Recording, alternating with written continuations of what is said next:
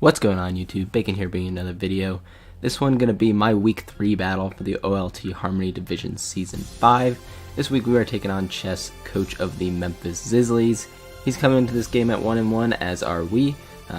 Really important game early in the season for both of us, I think, to try and pick up a W here and move forward. But yeah, with that being said, let's get right into the matchup. So on his team, he's got the Kieran Black, Infernape, Superior, Mega Gardevoir, Nidoking, Alomomola, Mandibuzz, Ferroseed, Thunderous Therian Form, Caracosta, and Cutie Fly. So, a couple things off the bat. The Cutie Fly is not coming. Like, it's just not. I have a Mega Diancie to bounce back Sticky Webs at it, and that's really all it's going to do. Even a Quiver Dance would have to get plus a million, and I have a Scizor. So, definitely not going to see a Cutie Fly on my screen.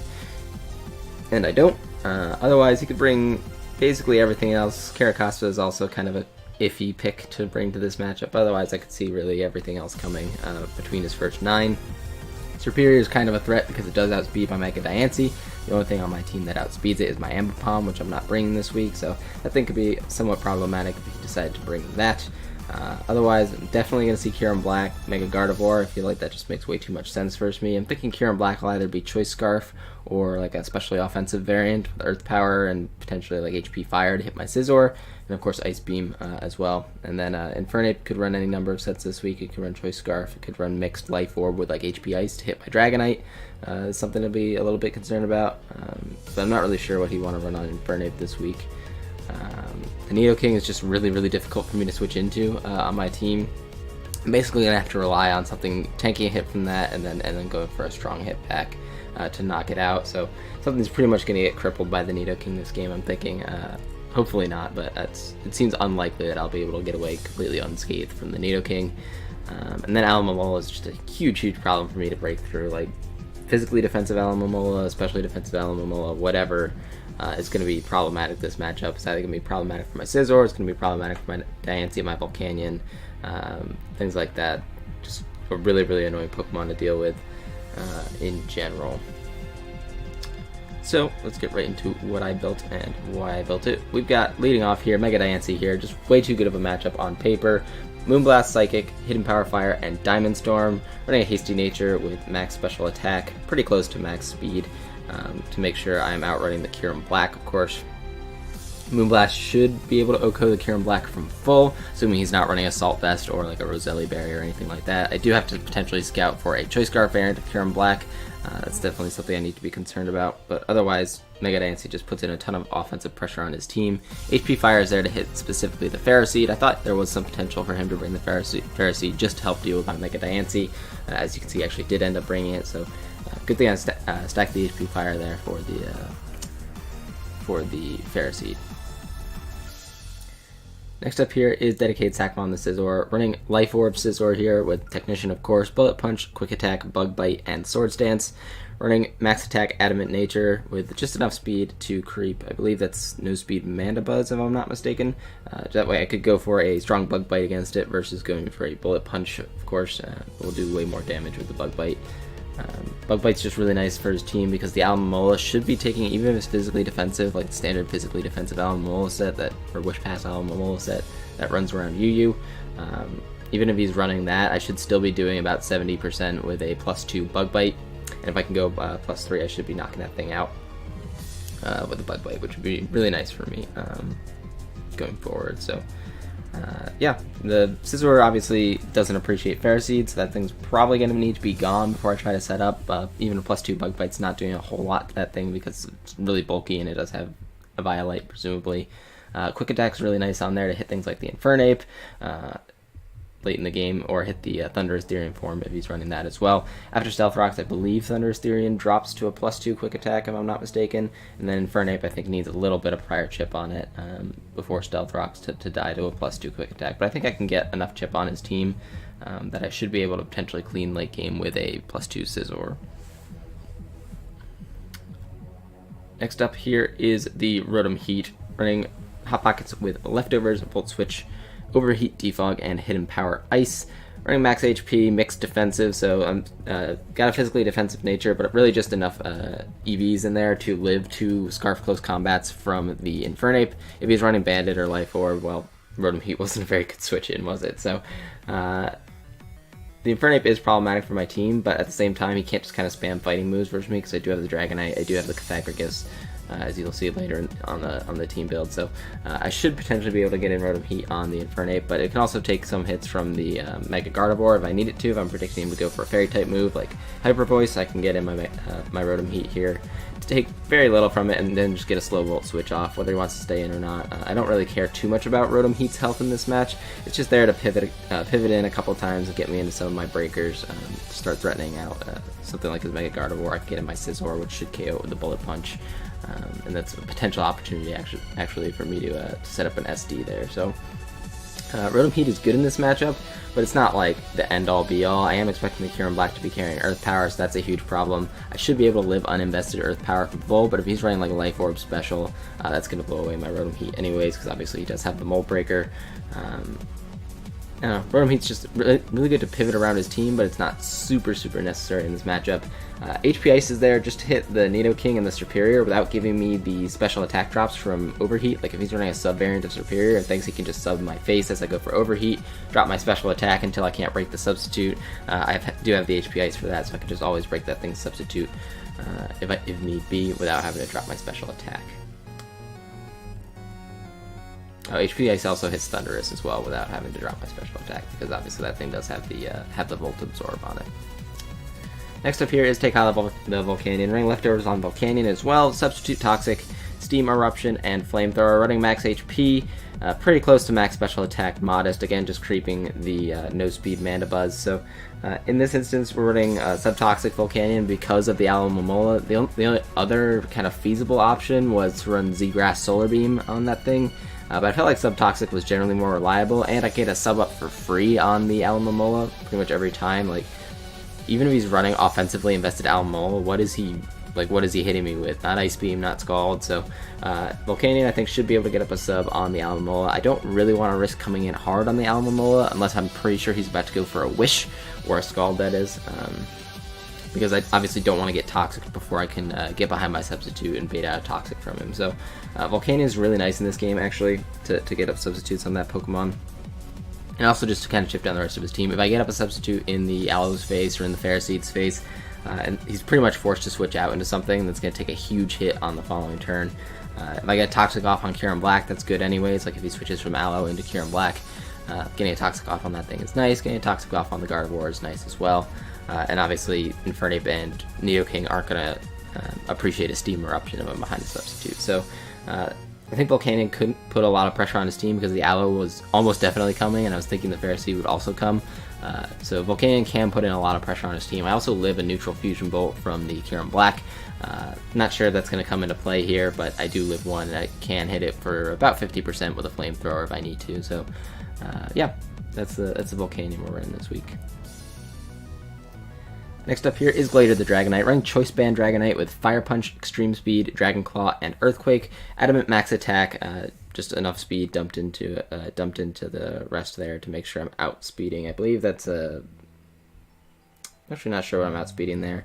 Might have been like the standard Mandibuzz set that runs a good bit of speed on it. So basically the idea behind the Dragonite here is to late game clean with Extreme Speed. Extreme Speed actually does about 75% to Mega Gardevoir. It should do a little over 50, I believe. Maybe, actually it might do close to 65 to like Infernape, Thunder's Therian form, all that stuff. It does about 40 to 50% to Kyurem Black, so I'll need to get some chip off on that thing. But this thing can put in a lot of pressure on his team. I do live a Life Orb Ice Beam from Nidoking as long as my multi-scale is intact, so I can knock that thing out with an Earthquake. This is kind of what I was talking about when I was saying Nidoking's probably going to cripple something on my team, but in exchange it's going to die. That's one of Dragonite's jobs this game, is to just eat an Ice Beam from the Nidoking, not worry about it too much, and just get off the Earthquake and KO that thing. And then again, I could potentially set up for a late game Extreme Speed sweep, and the nice thing is I don't really have to worry about whether Stealth Rocks are up or not, because I am just running a Choice Band variant of Dragonite. I don't super have to worry about keeping my multi-scale intact unless I need to do that exchange with the Nidoking. So I could definitely see potential for a late game Extreme Speed sweep. The Alomomola is kind of in the way of that. Like even Dragon Claw is not 2-hit KOing Alomomola. Outrage would have, but I didn't think it was really a good idea for me to be running Outrage versus his team with the potential for the Ferroseed. Mega Gardevoir is kicking around. Like, it just was not a good look. in general for me this matchup. I can also actually live with my multi-scale intact a Pixelate Hyper Voice from the Mega Gardevoir, which is nice to note. And I can live an uninvested Ice Beam from the Kieran Black. Obviously can't live a Siege Free Shock or a Max Special Attack Light Forward Ice Beam from that thing. So Dragonite's really nice here to put in some offensive pressure on his team and potentially pick up a late game clean with the Extreme Speed. That I think would have been more likely if he had brought something like the Thundurus over the Ferroseed. But in general, Dragonite's still pretty nice in this matchup. Fire Punch should blow away the Ferroseed anyways. And then the rest of my coverage between Earthquake and Drag Claw just can hit his team really hard for either neutral or super effective damage this game.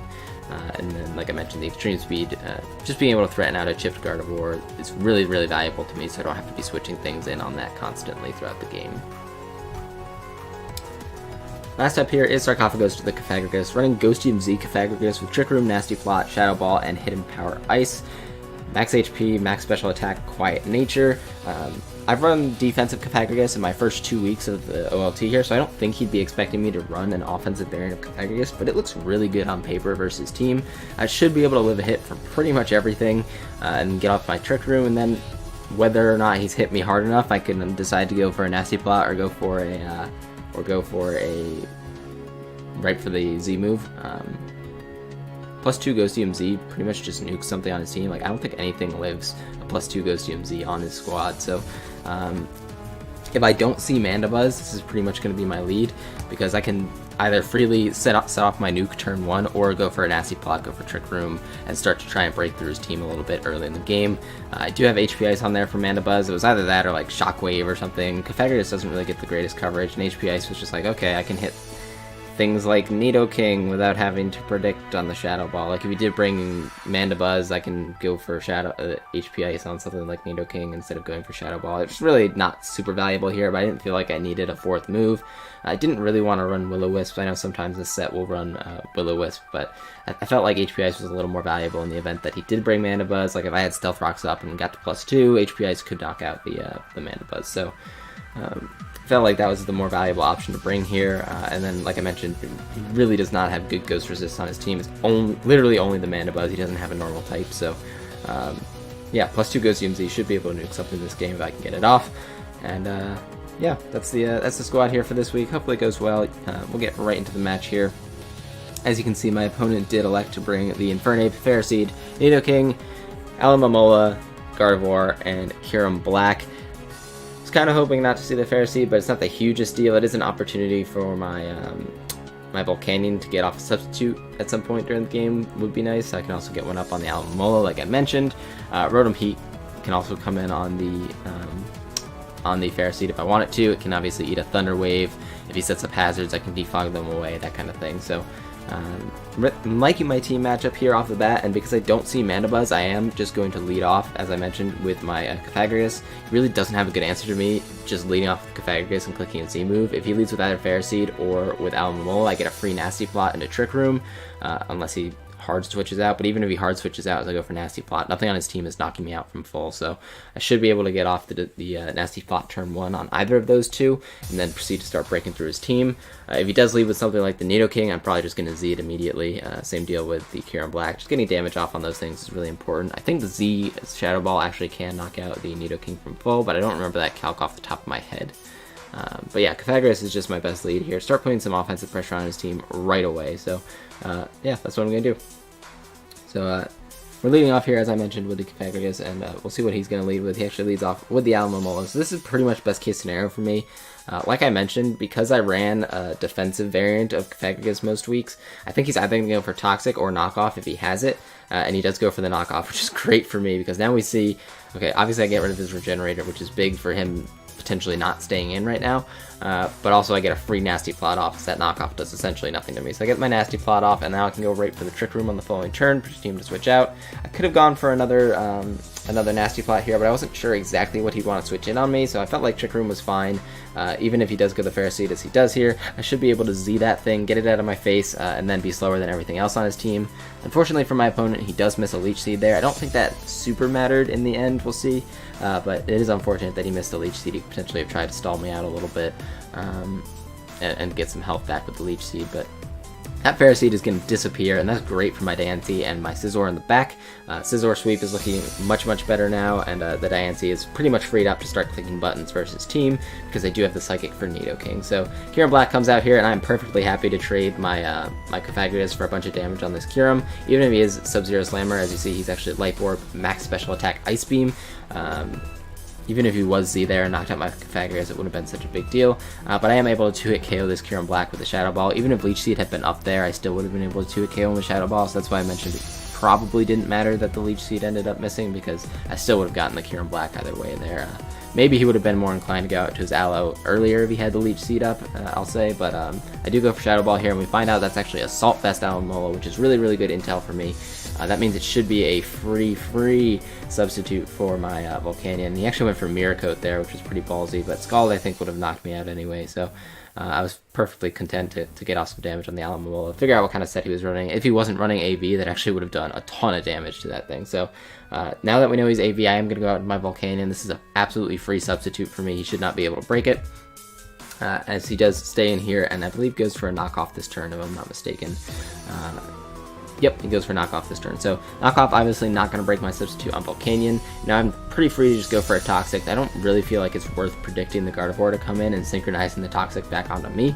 But that is actually exactly what he's going to do here. He's going to go out into his Gardevoir, get Toxic, and unfortunately that synchronizes through substitute back onto me.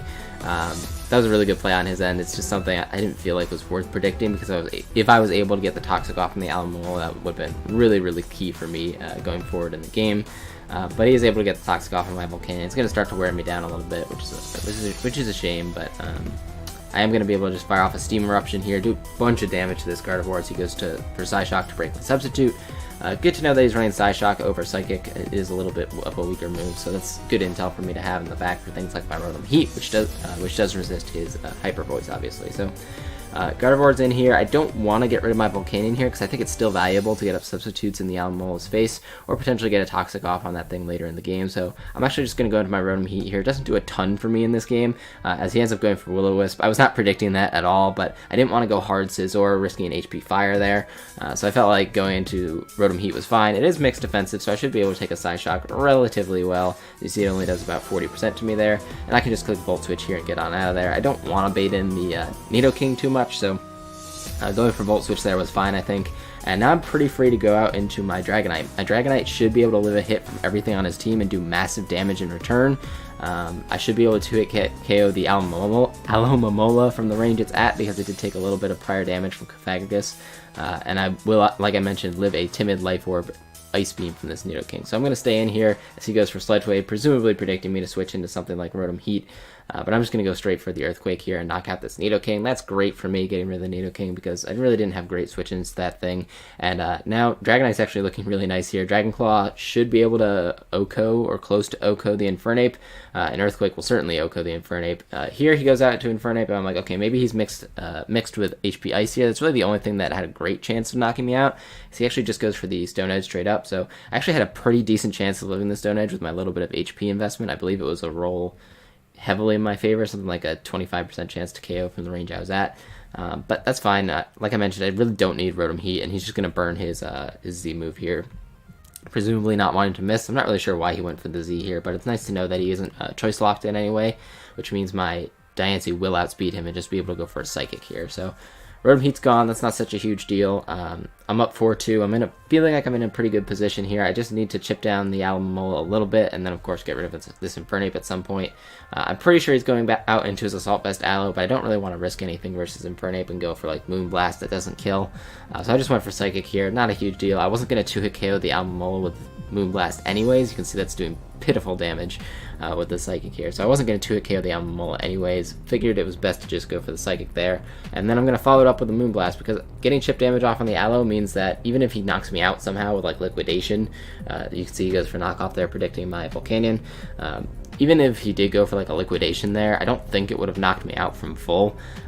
Mirror Coat really would have been the only thing to knock me out from full, and if I was running like Substitute or something, that's a risky play on his end, and if he's predicting me to switch out, it's a risky play on his end. So felt like it was perfectly fine risking Diancie there, and that actually means that I'm going to clean up the game with Diancie as I go for Psychic here to knock out the Infernape. He did have Mach Punch on it to catch my Diancie there, but yeah.